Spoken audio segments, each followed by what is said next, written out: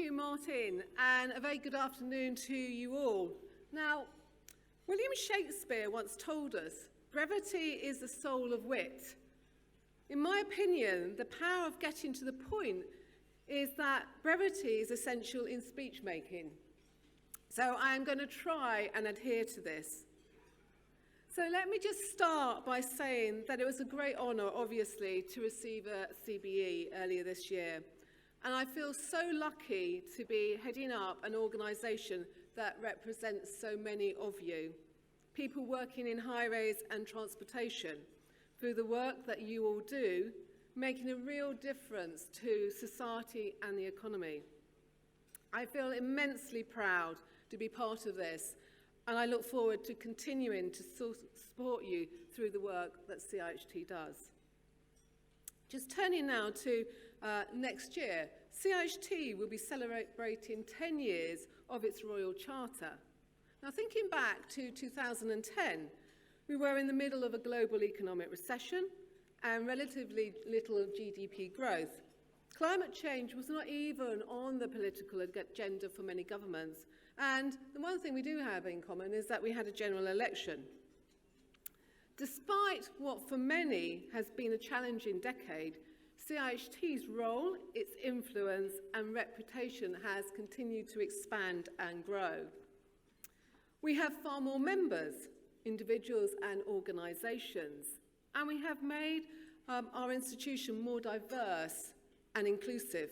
For example, this year, 27% of our new members are female, and this gives us much greater diversity of thinking and ideas.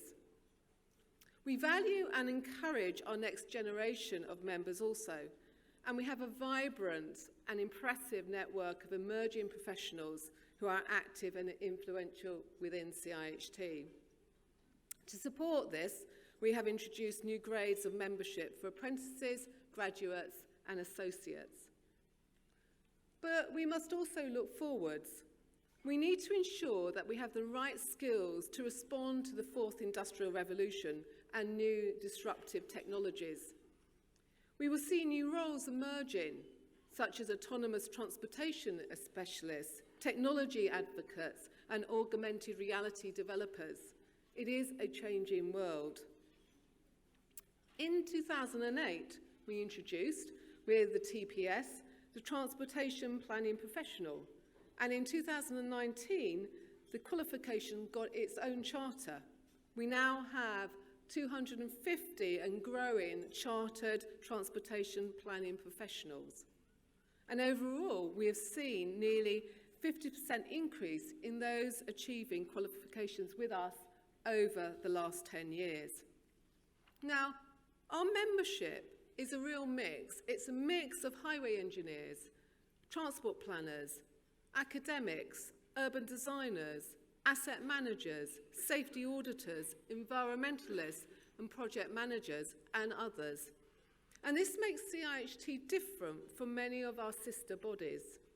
This is a real strength, in my opinion, allowing us to see things through different perspectives, to think beyond narrow disciplinary boundaries and to work collaboratively to develop innovative, integrated and interdisciplinary solutions which are essential in our uncertain, fast-changing and demanding world.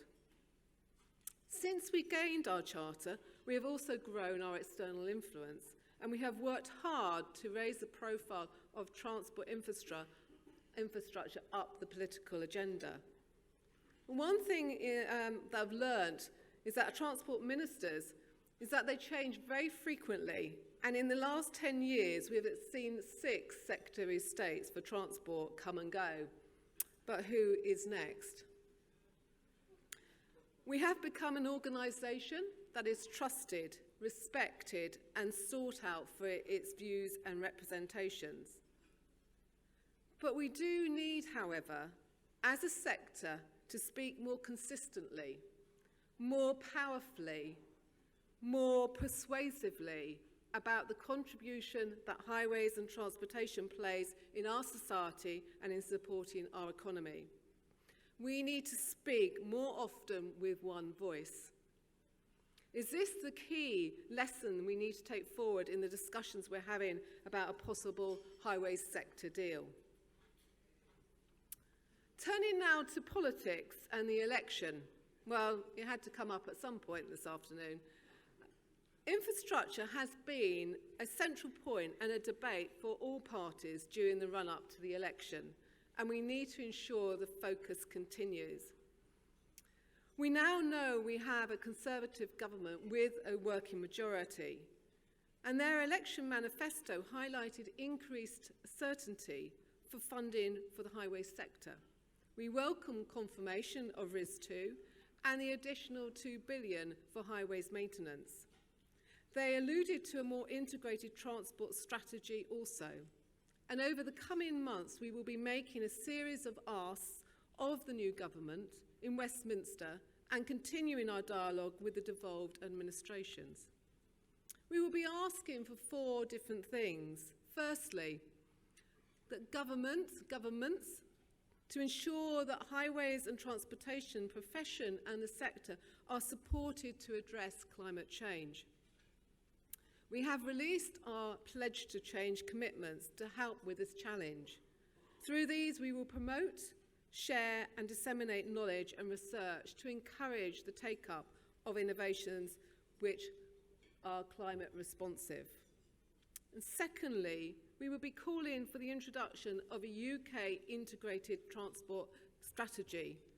Despite the good work of the UK RLG, there still is a lack of coordination of transport strategy at a spatial level across the UK.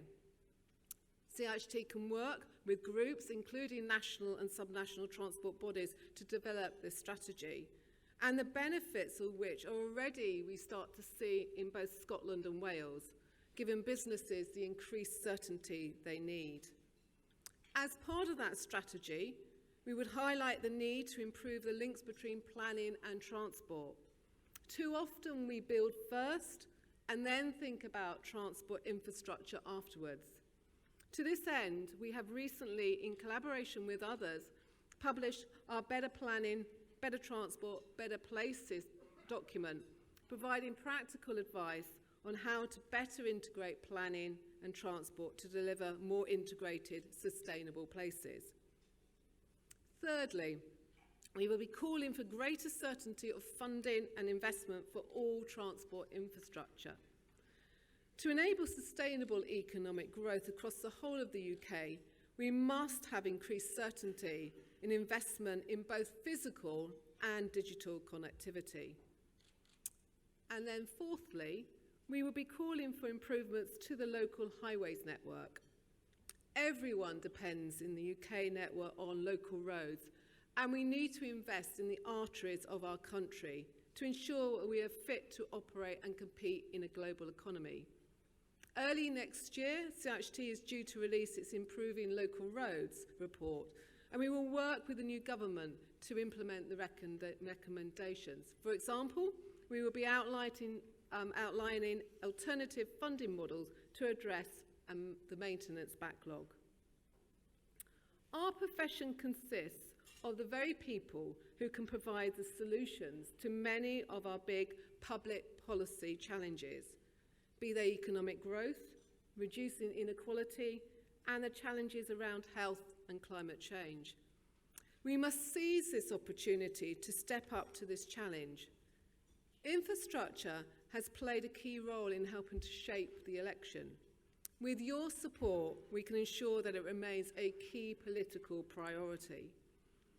We are grateful for your ongoing support of CIHT, and we really want to make a difference.